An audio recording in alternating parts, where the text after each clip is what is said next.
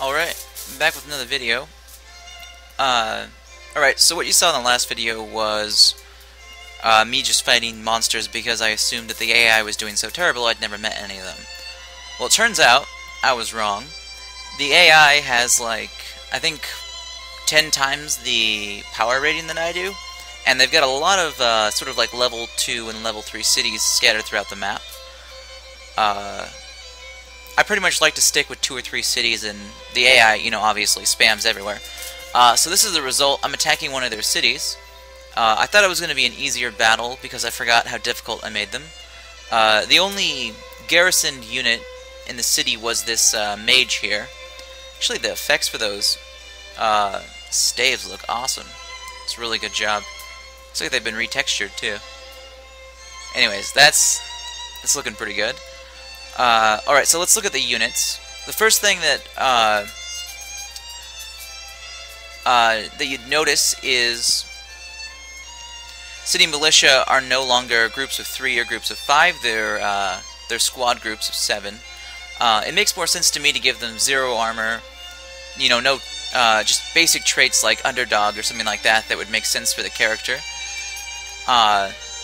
And just let, you know, sort of militia rely on numbers, because that would, you know, be more historically accurate and strategically interesting. The next level up in a city militia is this one. I haven't named them all yet because there's a lot of them to do, and it's sort of tedious to go through and name each one. But this is... I'm fighting Paradin. This is a medium level city militia. Basically, I gave them full leather, muscle, strength, and... oh gosh, I forget what else. Let's see. It appears that they only have muscle and strength. That's odd. But the upshot is they get full leather, wood shield, and the most advanced blunt weapon that's available. So it's actually going to be a pretty close battle, because as you can see, I've brought some units that are damaged. I have some archers, some monks, a battle hammer up front, and an Iron Golem, which looks really awesome, by the way. Let's just take a moment and enjoy this unit. It looks like it belongs in Disciples too. It's just absolutely beautiful. And then there's my hero, who isn't too flashy, but she does have some nice boots. She's the assassin class, which is why her attack is much better than the puny dagger that she has. I think she's got about plus 5 or 6 attack from level up bonuses. And as you can see, she has charge. She can charge the entire distance between the 2 armies, which is pretty nice. Alright, so I think what my strategy is going to be, let's see, I won't be able to get around to their mages, and they're going to be pumping out a lot of damage. So I think I'm going to flank right.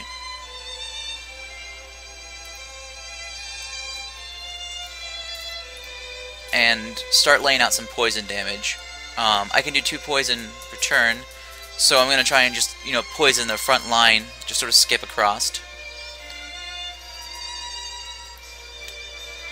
Alright. Now I'd like my Fury Golem here to move up before anything else, so I'm going to play sort of defensive. I think they get 2 moves, so I'll put some of my stronger units in the middle, move my archers back.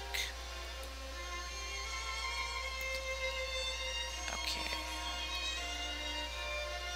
So now these archers do 8 damage, and they have plus 1 ice. So they could penetrate fairly well through leather armor, but they're going to be doing 2 to 4 damage apiece. It's not particularly useful. Actually, no, their damage is 0 to 2, which means they're doing like slightly less than 1, and, you know, it rounds down, unfortunately. So it does slightly less than 1 all the way up to 2. Or it might be doing 0 to 1 damage with plus 1 from the ice ring, I'm not sure. But I have a fairly good chance to hit. I think I'd be better off just going for these city militia first. I'm probably going to ignore my mages, or their mages, because almost all my units have frost resistance.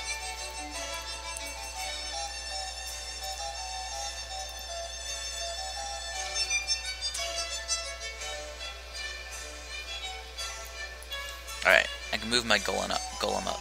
I try to make sure my golem has a lot of initiative, because if you can't get him to the front, what's the point in having him, right?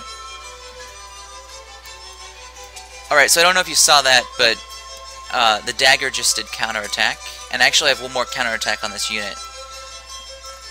So I can put her right behind these enemy units, and if they turn on her, she can counterattack each one and poison, and then I can get the hell out. Alright, so this guy's got lower initiative because he's using an ice mace. Ooh, and he has 75% fire resistance, right? Yeah, he's got 25 from his Athican leather cuirass, and 50% from his dragonhide cloak. Oh, one thing that's interesting to note about cloaks is I decided that sort of 2 defense doesn't really make a lot of sense. It does, I suppose, protect you from some things, but I thought it would be more interesting to give cloaks sort of like low defense versus cutting and blunt, because I can't see how they would help in that respect. But then give them a bonus to pierce protection.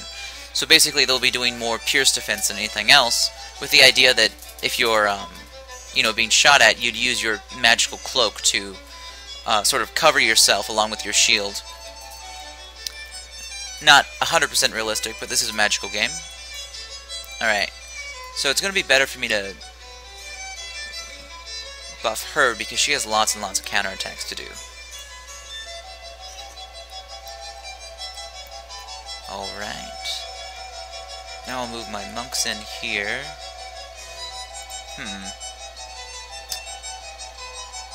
Let's see. So they also only have 1 frost damage, so they're going to be better against... Oh, actually, these are 7 defense, 27 defense. No, these are still the best choice. I need to thin out this militia, or I'm definitely going to lose.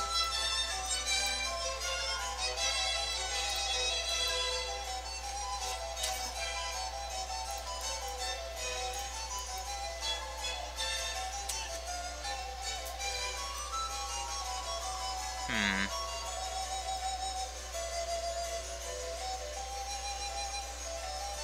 42 defense. It's not going to be that much higher if I don't attack, so I might as well attack. Although my accuracy is low. Alright, so I got 1 more poison there, although they were able to block me from getting around. And now I can't get through to their mages because they've taken their zone of control into this area. It's very unfortunate. Huh, my Iron Golem's getting pounded on. It's not good. I'm gonna move my hero in here. Help out. Yeah, that frost mace is gonna be my bread and butter. Okay. This unit's in the most danger.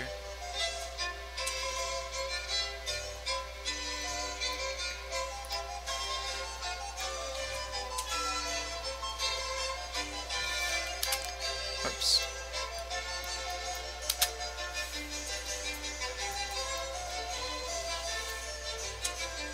Oh, they hit one of my archers.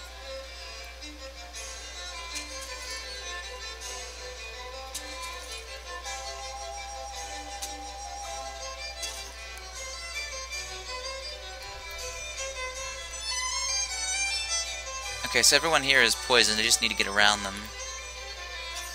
That's going to open up. It's kind of a free radical. I got to worry about that.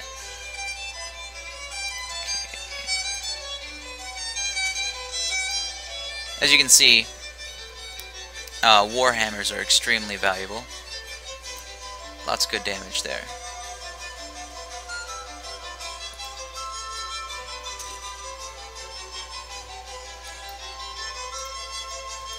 See, that's what I really want. I want to poison those guys, because they're going to be the hardest ones to defeat.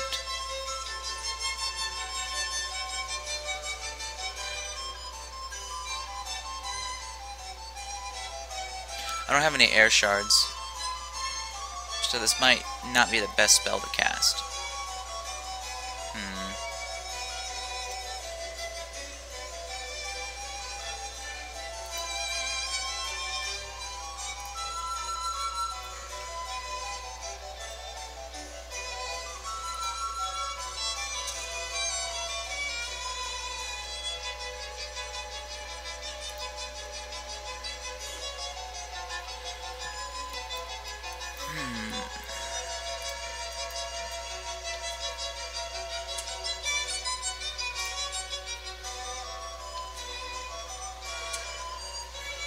See, one of the things I'm going to change in the next pass I do is to make mages actually have some defense, because it's just totally logical to not give your mages any D. Alright. So they've turned on her.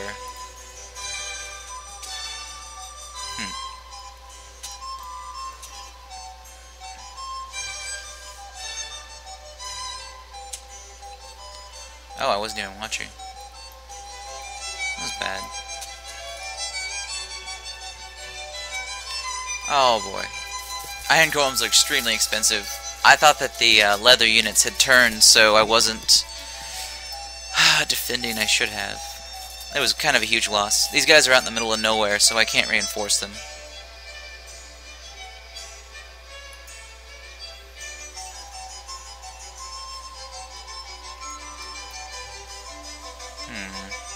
That's pretty dangerous.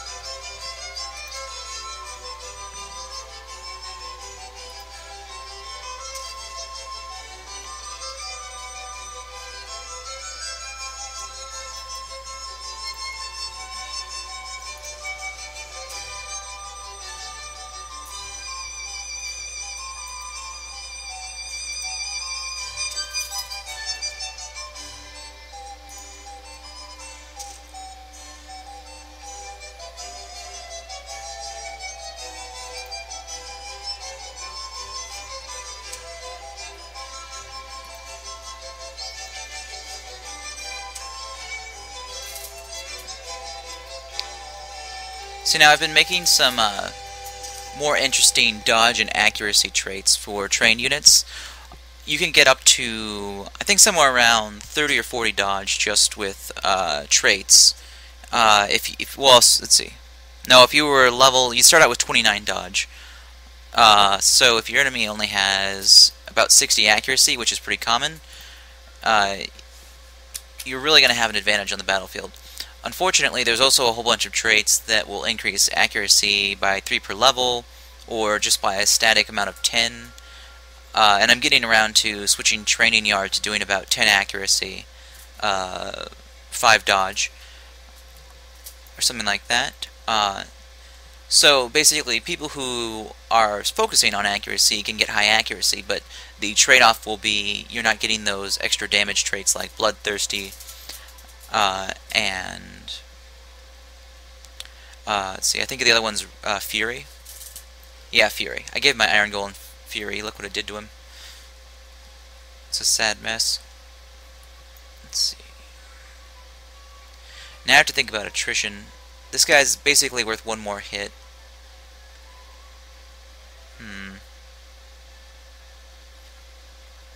Alright. I'm going to try and save him a bit.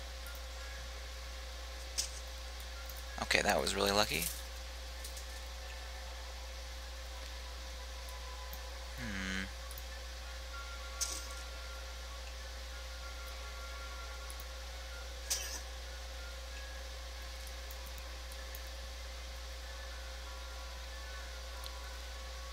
Yeah, he has poison, so I could ignore him.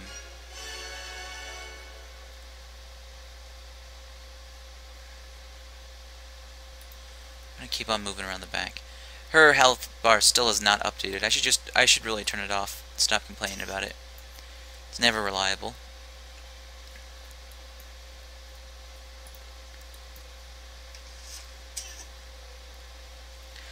See, now the battle's sort of tipped. I did lose a major unit, but we're fighting for a city here, so in the long run it'll be worth it. This is a good city, too. I think it's a 4-4 spot or something like that. But they probably already have blacksmithing and all that. Let's see. No, actually they don't have blacksmith. Which means I can make it a 4-5.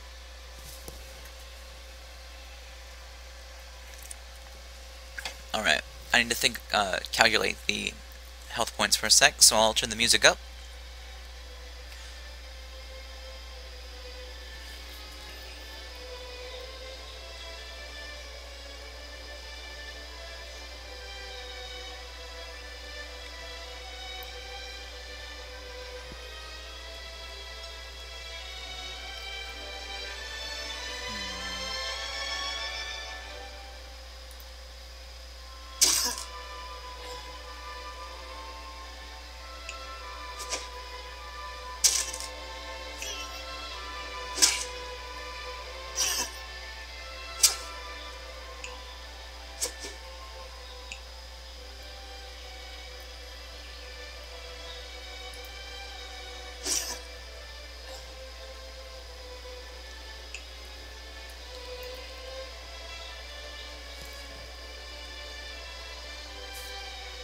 Alright, I think I can win this battle without losing this guy, so I'm going to put him in the back.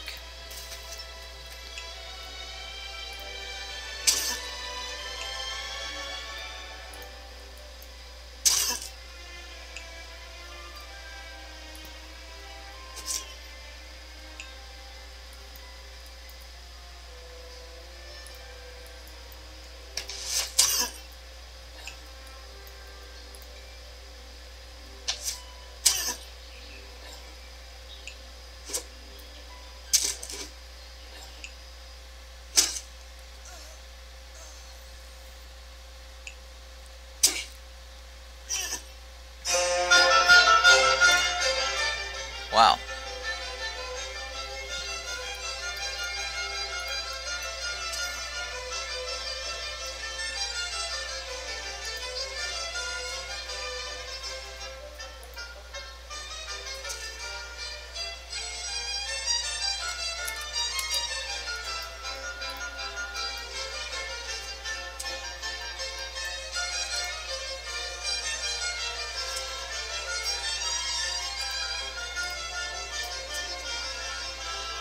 There's a break.